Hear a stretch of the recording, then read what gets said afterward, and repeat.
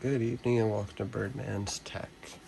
So we're going to start this channel off by talking about a very big topic at the moment that has become more well known due to the recent announcement and pre-order opening of the Steam Deck.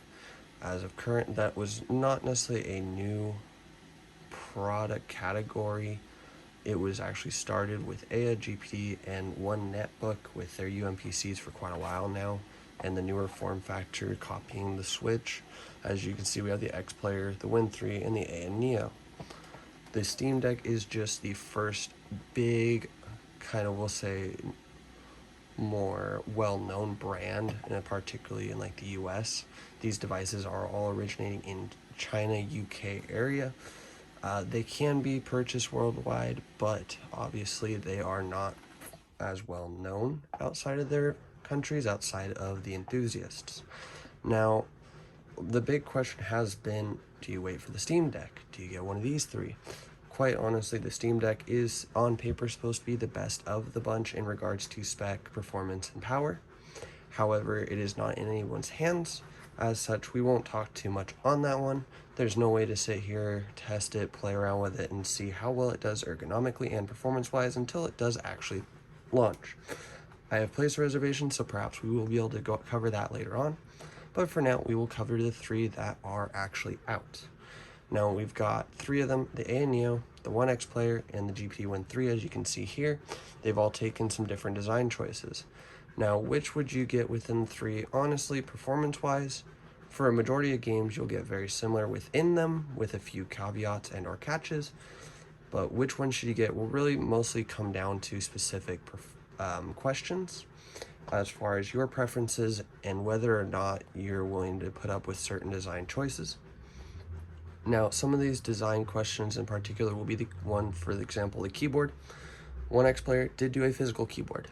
The Win 3 here, we have a haptic, and the Aya did not do any sort of keyboard other than the built-in Windows Touch device. Now, if you need a keyboard, unless you want to carry a portable separate one, the Aya Neo will not serve you well. If you need a physical keyboard because you're going to type longer stuff, you want to write out emails and things, the Onexplayer will be the way to go. And then with the Win 3, you will have your haptic keyboard, so if you just need to log into your games, you're going to use Steam, perhaps, or Epic Store, it'll serve you very well for that as well. The caveats here, like I said, the Win 3, the haptic keyboard obviously is not going to be the greatest. You can actually hit keys all the time. The Onexplayer, while it is physical, your little touchpad here, it's not even the size of my thumb. This guy is very imprecise. It is not in any way pleasant to use. It is just way too small. And then the keyboards on this thing hardly work. They don't like to line up very well. Right now they will, but as soon as you let it go, it wants to fall. So if you're gonna move it at all around, it is not gonna work out very well for you. It does the job, but again, depending on what you need, if you need a keyboard that you can move around with, it's not gonna work very well due to those magnets. Lappability wise as well, again, the keyboard on the Win 3, as much as it's not the greatest, it'll be easier to move around and use when you're in a sitting position. Another big design choice, screen size. We have the Win 3 at 5.5, the Aya at 7, and the Onexplayer at a larger 8.4 inches. Now, along with that, we also have the resolutions, 720p, 800p, and then we have the Onexplayer all the way up at 1600p. Now, depending on your preference, if you want something higher resolution because you're going to play some older games, you want to scale them up, and they're easier to run, and you want a nice large screen with very crisp, very clear visuals, the Onexplayer again is the way to go. The caveat there again is it runs the same hardware as a Win 3, but due to its higher resolution, it will not put as many frames out if you run it at that native resolution. So if you need something high quality, it is what good is. I've quite enjoyed it. If you need to watch a video on YouTube, it's a great screen for that. However, again, it's going to be more taxing on your CPU and GPU versus the Win 3. The Win 3, as tiny as it is very good for on the go. That is the one I personally will take to work for my lunch breaks. The Aya Neo is not too bad. The little carrying case that you get from them though is kind of big. So I personally prefer the tiny case with the Win 3. It's just more portable, more easy. And then if I need to, there is a keyboard already built in. I don't need to carry anything extra with the Aya Neo, or with the Win 3. The Aya Neo, you would have to carry the keyboard. The Onexplayer is very big. It is mostly ideal size-wise for if you were to go to a friend's house, use it at home, somewhere where you're not moving around, you're going to be sitting around a lot and are able to handle something this large of a size. The next thing, as far as, again, performance-wise, I won't get too into detail. We're just talking about design choices here. But one of the big design choices that affects your performance will be Intel versus AMD. You have the Win 3 and the Onexplayer both available with the 11th gen i5, i7, and i7-85, depending upon your choices. And then you have the Aya Neo running the 4500U. One caveat there, or catch to mention, is that there is supposed to be a new Aya Neo coming out with an optional upgrade on the CPU. I have to double check. I believe it was the 4800U, and I believe that'll be available here in the next few months. I don't know all the details. I have to look more into it and see exactly what's been announced, but that's something to keep in mind as well. The big difference between these two is the Intel as of current versus the 4500U. The i7s do have more raw performance power in spec and benchmark. However, the driver issues that you will find on these devices can be minor to major. Some games instantly crash into desktop, others just having some weird artifacting. Now, depending on if you need the absolute most raw performance or if you want something more stable, Intel or Aya, that might decide for you, AMD. If you need something that runs smooth, you can rely on, and you don't want crashes to desktop and don't need the absolute utmost performance spec-wise, the Aya Neo will do you very well. Another design choice that is being updated with Aya is the triggers. Win 3 and the Onexplayer went with their digital triggers or analog triggers to where if you want to play a racing game, they are great, they are ideal. You can adjust your throttle, adjust your brake. The Aya, as of this moment, does not have that. They just standard triggers on and off. So you will be full throttle or full brake. There is no in between. There is supposed to be an upgrade kit that they have announced that will come out that will fix that, where you can upgrade your triggers, and then those who have not yet received theirs will get that already pre-installed. I am going to be ordering that, as I personally would like to have those newer triggers, and then also get the new screen kit with the new casing, because they are updating those as well. So we will take a look at those later, but as of this moment, it is just on and off.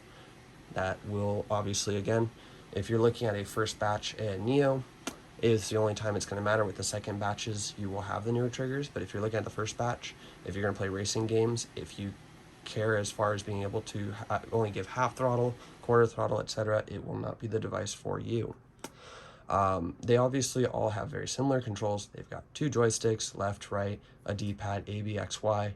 I will be doing separate videos to kind of go over the quality of each of them, but you can already see visually they are a little bit different in their layouts, with the Win 3 going symmetrical, joysticks on top on both sides, and the Onexplayer and the Aya Neo did go asymmetrical, with it alternated, one on the top, one on the bottom. They all have their times where they shine, they have times where they don't, so those will be covered again in later videos where we can go in more detail on each one. Build quality wise, they all hold up fairly well. I quite enjoy all of them. The only catch here will be with the Aya Neo, as we can see here. Due to a design flaw, they have stated it has to do with the casing's pressure. If this will focus out, there's a little bit of screen delamination, so the screen and the backlight are separating. Is, as of this moment, a more cosmetic issue than a functional issue, and should not harm it. However, it is not very pleasant to the eye in most cases. If you can see it when the screen's lit, it's not as obvious, but on a 700 plus device, or at retail almost 1100, you don't want that. So that's another thing with there. That so far has been, at least in my experience, the only design issue in regards to quality. Is that has unfortunately slowly happened over a few weeks, but the company is actively working to fix it. They've already publicly mentioned it within their Discord, and will be providing those kits free of charge to those who have a screen defect. If you want to get the upgrade kit instead with the triggers, they have stated that they will give a discounted shipping rate, so they'll pay part of shipping, you pay part, since you want to get the upgrade as well. but they are very active with it. Whereas if you were to look into it, some people are a little unhappy with how the Win 3 is being handled by GPD regarding some different issues on their SD card readers having different specs among the different units, and the Wi-Fi chip having been incorrect. So they are at this moment definitely being the most active in their approach. However, they're also seeing the most delays. The first batch was 500. Thereafter, there was less.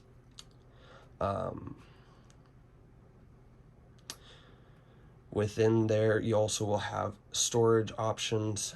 We have 1 terabyte, 512, 2 terabytes, depending on the device.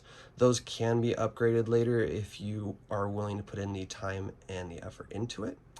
You will want to watch some videos. None of these are the most difficult to open up, but none of them is the simplest or the easiest as well. So if you choose to open it up, I would recommend you look through videos. They all have been pretty well documented. There's a couple videos for each one on how to open it and change out the SSD or to repaste. So far, I have had no issues. I know that, again, the Win 3 will have a lot of comments in Reddit saying that the SSD's quality is unfortunately subpar. The ByWin in it has failed for a lot of people, whereas Aya went with a more well-known Western digital brand, and the One Netbook appears to just be One Netbook's own brand of SSD, which I have not seen too many complaints on. So depending on what capacity you want will depend on which one you get, and if you plan to upgrade it, find the one that'll be easiest to you to open up. On thermal paste wise, they all do pretty well with their thermals. I did have to repaste the Aya Neo though. The stuff that it came with when I opened it up was just everywhere. It was very kind of a weird consistency. It seemed to be like a cheap one.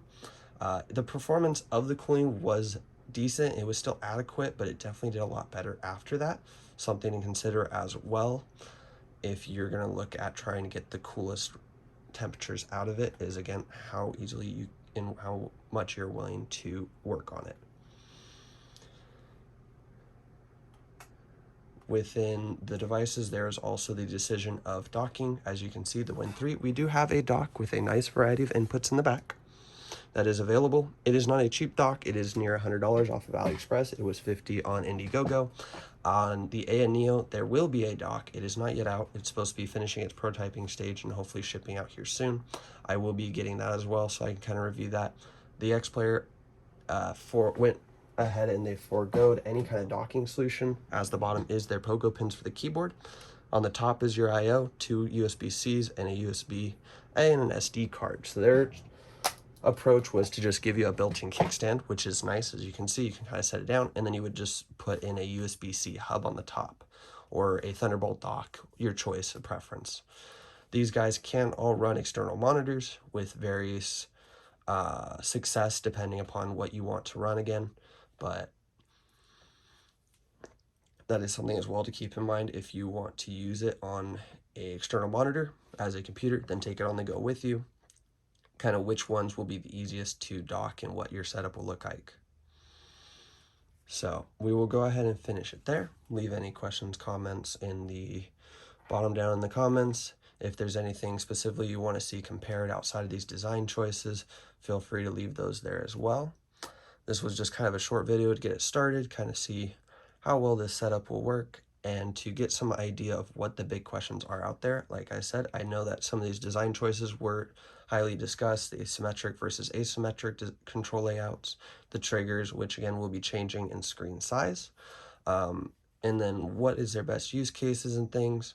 So I will be trying to do some more in-depth videos on each, but this was trying to get something out there kind of quick and just get an idea of how this setup's going to work for making future videos. Hopefully slowly improve their quality. If you have any suggestions on questions, improvements, go ahead and leave them down there. Otherwise, have a good rest of your day, and thank you for watching.